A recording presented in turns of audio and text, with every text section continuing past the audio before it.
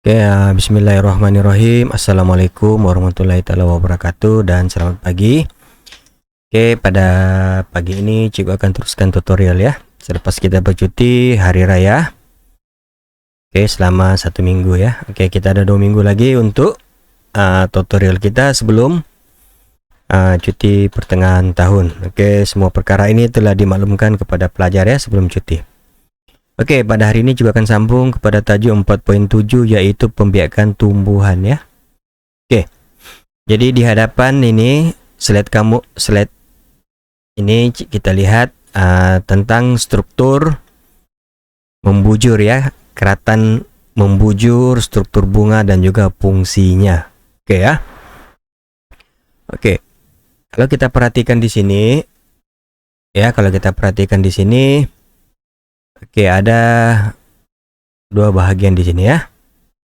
Oke, ada dua bagian di sini. Yang ini yang Cikgu mau highlight dan juga di bagian sini ya. Oke.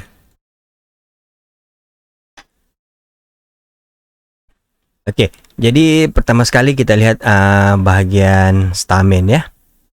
Oke, stamen adalah organ pembiakan jantan. Oke. Yang kedua di sini adalah pistil, yaitu organ pembiakan betina. Oke. Jadi yang ketiga rangi, yaitu kelopak bunga, dan yang keempat sepal. Oke, dalam stamen ada lagi bagian dia ya, yaitu enter dan juga filamen. Oke, manakala untuk pistil pula, oke, dia ada bagian stigma, til, ovari, dan juga ovum. Jadi bagian itu inilah yang ke bawah ini ya, sampai di sini. Ini. Oke. Ini adalah sistem pembiakan betina. Oke. Tetapi untuk jantan, dia cuma di ujung ini saja ya, di ujung ini yang Cikgu bulatkan. Yang ini nih. Oke. Jadi kalau kita perhatikan di sini, inilah ya sistem pembiakan bagi bunga. Oke. Pendebungan, apa dia pendebungan? Oke, terdapat dua jenis bunga, yaitu bunga bisex dan juga bunga unisex ya. Oke, kebanyakan bunga ialah bisex karena mempunyai kedua-dua bagian pembiakan, yaitu jantan dan juga betina dalam bunga yang sama. Itu maksud bisex. Satu pokok bunga itu dia ada bunga jantan dan dia ada bunga betina seperti yang ditunjuk dalam gambar aja inilah. Ini bisex sebab di kelopak bunga ini ada jantan, ada betina. Oke, bunga unisex pula ialah tidak lengkap karena bunga unisex hanya mengandungi stamen atau pistil sahaja. Oke, contoh bunga unisex ialah bunga jagung dan bunga betik, yaitu hanya bunga betina yang akan menghasilkan buah dan biji benih di dalamnya. Oke. Itu pendebungaan ya. Oke. Jadi jenis-jenis bunga seperti yang ditunjukkan dalam gambar aja. Oke. Ini unisex, maksudnya dia berasingan. Ya, kalau bisex dia dalam satu bunga itu ada jantan ada betina lah. Bagian-bagian bunga itu juga tidak akan sebutkan, nanti kamu lihat. Oke. Ini contoh kita lihat pokok betik yang mana bunga jantan adalah seperti dalam gambar ini. Manakala bunga betina adalah seperti dalam gambar inilah. Oke. Oke, begitu juga dengan pokok jagung ya. Ini bunga jantan. Oke, ini adalah bunga betina. Oke, apa dia pendebungaan? Pendebungaan ialah proses pemindahan butir debunga matang dari anter ke stigma ya. Anter yang matang akan pecah dan membebaskan butir debunga. Oke, setengah butir debunga mungkin tersebar ke atas tanah dan ada yang dibawa oleh agen pendebungaan ke stigma bunga. Oke. Pendebungaan terbagi kepada dua, yaitu pendebungaan sendiri dan pendebungaan kacu. Oke. Jadi pendembungan sendiri seperti yang ditunjukkan dalam gambar aja, yaitu pendembungan yang berlaku pada pokok itu sendiri, di mana pokok itu ada butir debunga jantan dan juga butir debunga betina ya. Oke, manakala pendembungan kacuk pula berlaku pada pokok yang sama jenis tetapi berlainan pokok. Ini pokok 1, ini pokok nomor 2. Berlaku pertukaran di sini ya. Ini ke sini. Oke, foto ini ke sini. Jadi ini kita katakan sebagai pendembungan kacuk. Ingat, oke, pendembungan ini hanya berlaku pada jenis yang sama, tidak boleh berlaku kalau berlainan jenis. Oke, pendembungan sendiri bermaksud butir bunga dipindahkan dari stigma dipindahkan ke stigma bunga yang lain tetapi pada pokok yang sama. Ini E berpindah ke B ya, atau B berpindah ke E. Oke, manakala pendembungan kacuk pula ialah butir debunga dipindahkan ke stigma bunga yang lain dan pokok yang lain tetapi daripada spesies pokok yang sama. Oke, agen pendembungan ini adalah penting ya, yang perlu kamu ingat. Pertama sekali angin, oke, haiwan dan serangga serta manusia ya. Oke, agen-agen ini akan membantu proses pemindahan butir debunga. Oke, kita ambil contoh di sini. Agennya ialah apa nih? Rama-rama kan? Oke, rama-rama akan pergi ke bunga E. Oke. Butir debunga akan melekat pada badan atau kaki rama-rama, kemudian dia akan terbang kepada bunga B. Jadi butir debunga itu akan dipindahkan secara tidak langsung ke bunga B oleh agen ini, yaitu rama-rama.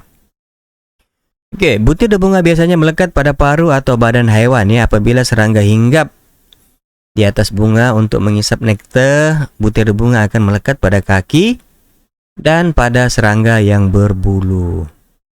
Oke, hewan dan serangga ya. Ciri bunga yang didebungakan oleh hewan dan serangga, pertama sekali rangi besar dan berwarna-warni. Oke, mempunyai nektar dan bau yang harum. Oke, menghasilkan butir debunga yang kasar dan melekit.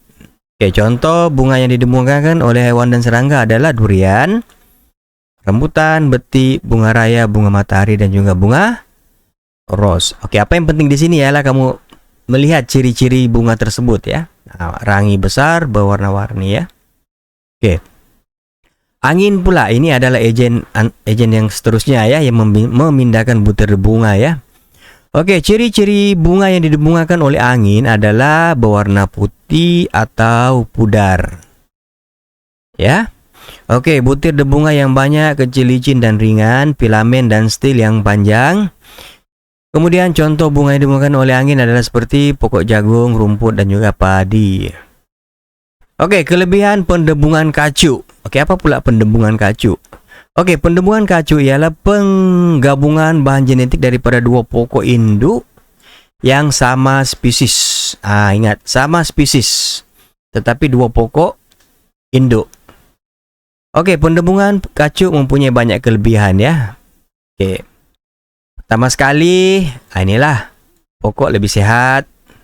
Oke, variasi baru, biji benih berkualiti dan mempunyai daya tinggi terhadap perosak dan juga penyakit. Tolong hafallah 4 ini ya. Oke, cikgu teruskan. Oke, aplikasi pendembungan kacuk dalam bidang pertanian ya. Di Malaysia, pendembungan kacuk dalam industri pertanian bukanlah suatu yang asing ya. Oke, teknik ini digunakan secara meluas untuk menghasilkan tanaman yang lebih baik dan berkualiti tinggi.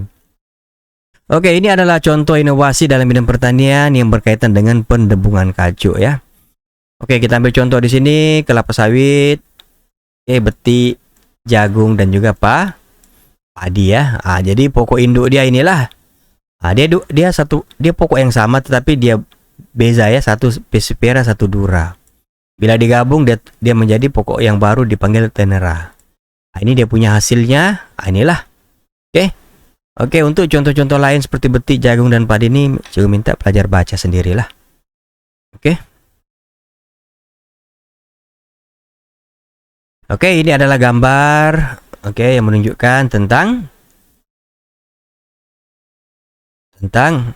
hasil ya. Hasil pendebungan. Nah, tengok jagung ini cantik, besar, panjang. Oke, buah apa ini? Buah kelapa sawit ini nampak dia punya tebal kan? Nah, maksudnya bila tebal dia punya sabut ini banyaklah dia punya minyak kan?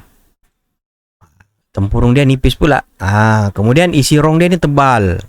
Ini pun mahal ya, minyak isi rong kelapa sawit. Yang kita selalu dengar CPO ya. Oke, padi ya, tengok satu tangkai itu banyak dia punya butir-butir padi. Ini sudah tentu menghasilkan lebih banyak beras lah.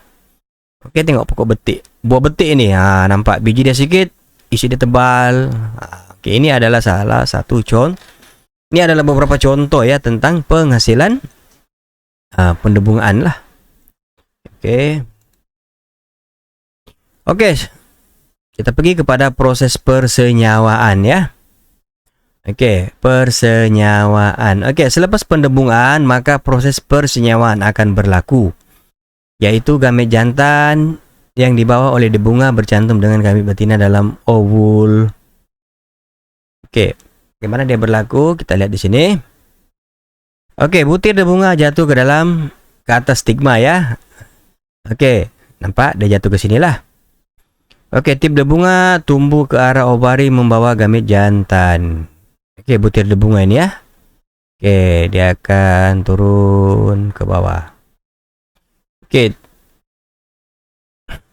Selepas tip debunga menembus ovul, gamet jantan bercantum dengan gamet betina, maka berlakulah persenyawaan. Berlakulah persenyawaan. Apa yang berlaku selepas itu? Ya. Tengok nomornya, kamu masa kamu lihat nanti kamu perhatikan nomornya.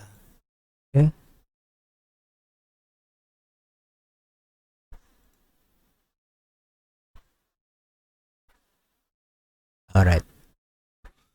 Struktur biji benih dan fungsinya ya. Struktur biji benih dan fungsinya. Selepas persenyawaan berlaku, ovul dalam ovari berkembang menjadi biji benih. Ini selepas dia sudah masuk di sini kan, sudah bersenyawa. Ovul dalam ovari berkembang menjadi biji benih. Biji benih terdiri daripada embrio yang dilapisi oleh kulit biji atau testa. Bagian-bagian bunga yang lain pula akan layu dan gugur. Biji benih terbagi kepada dua jenis, yaitu monocotyledon dan cotyledon.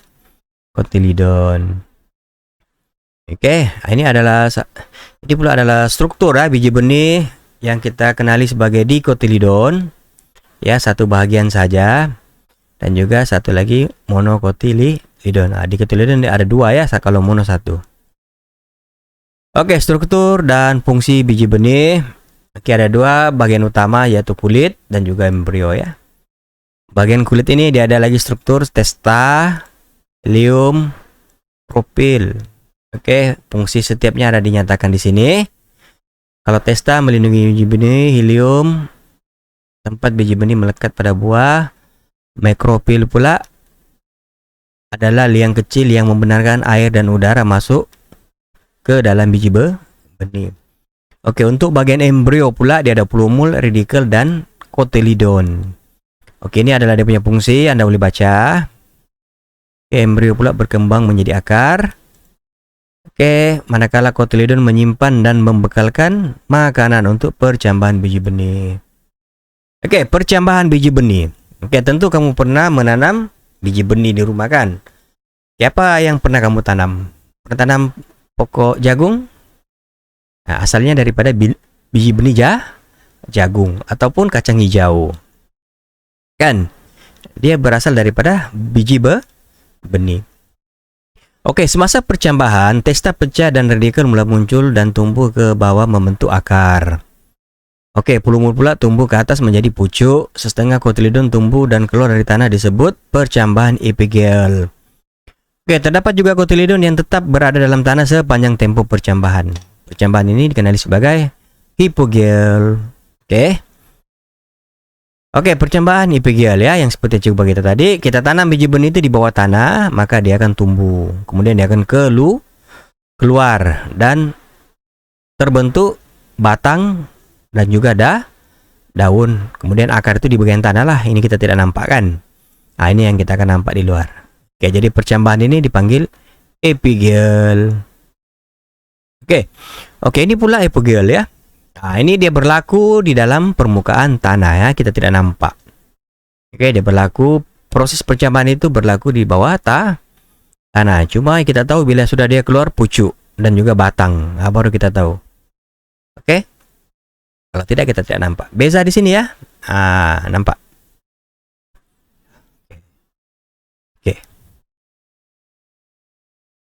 Oke, syarat-syarat percambahan biji benih. Oke, bagaimanakah pokok itu boleh hidup? Dengan kata lain, bagaimana tumbuhan itu boleh hidup? Yang pertama sekali mesti ada air, yang kedua udara, dan yang ketiga suhu yang sesuai. Oke, jadi penerangan cikgu untuk topik ini sampai di sini saja. Oke, cikgu mohon pelajar melihatlah. Oke, penerangan cikgu ini supaya kamu lebih paham lagi lah ya. Oke, pembiakan tumbuhan ini adalah tajuk yang terakhir ya untuk tajuk bab 4 ini ya. Oke, jadi daripada cikgu itu saja untuk PDPR pada hari ini ya. Penerangan cikgu tajuk pembiakan tumbuhan. Sekiranya ada sebarang pertanyaan, bolehlah kemukakan dalam grup. Oke, kita jumpa lagi pada sesi penerangan pada masa akan datang. Assalamualaikum warahmatullahi taala wabarakatuh.